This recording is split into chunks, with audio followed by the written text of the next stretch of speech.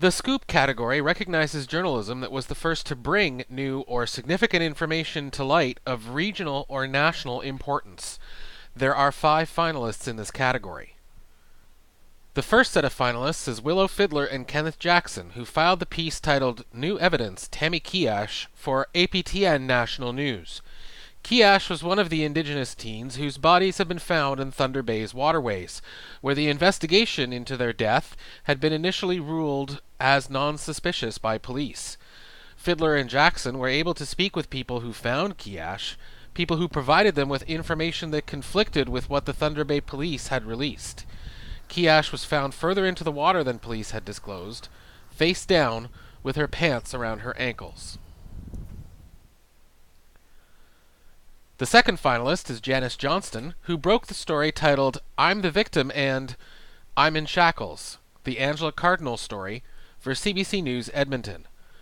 A woman is brutally attacked, and when the day comes for her to testify in the preliminary inquiry of the man facing charges, the Crown requests she be held in remand.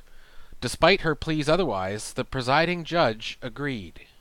She tried to grab my knife that was on my table. I just wrestled the knife away from her. I'm the victim. Look at me. I'm a shackle. We're going to go back to remand tonight.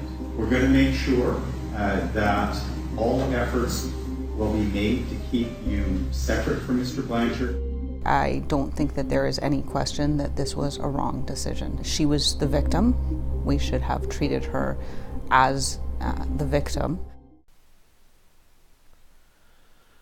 The next finalists are the CBC News Go Public team of Erica Johnson, James Roberts, Amar Parmar, Dave Pizer, and Karen Burgess, with the big bank upsell.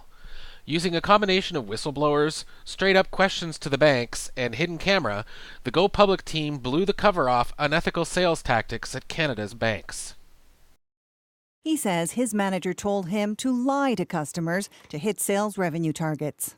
She asked us to not disclose interest rates, to hide interest rates, and to manipulate or lie about market conditions on investments. An RBC certified financial planner says she's seen colleagues push credit cards even in times of distress. I've seen elderly clients come in for an estate, so the executor, the spouse has come in, they just lost their elderly partner, spouse, and I've seen them upsell a visa to this person. In email after email, bank employees describe a widespread culture of high-pressure sales.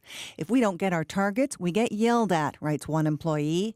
Many say there is shaming and bullying if employees don't sell enough. The fourth set of finalists are the Globe and Mail's Stephen Chase and Robert Fife for their entry No Blind Trust for Morneau. It was already the summer of discontent for Liberal Finance Minister Bill Morneau due to a poorly rolled out set of proposals for small business tax reform, when this team confirmed a bombshell the minister would spend months trying to explain. Fife and Chase confirmed that, contrary to what Prime Minister Justin Trudeau has set as a gold standard for his ministers, Morneau had not placed his shares in Morneau Sheppel into a blind trust.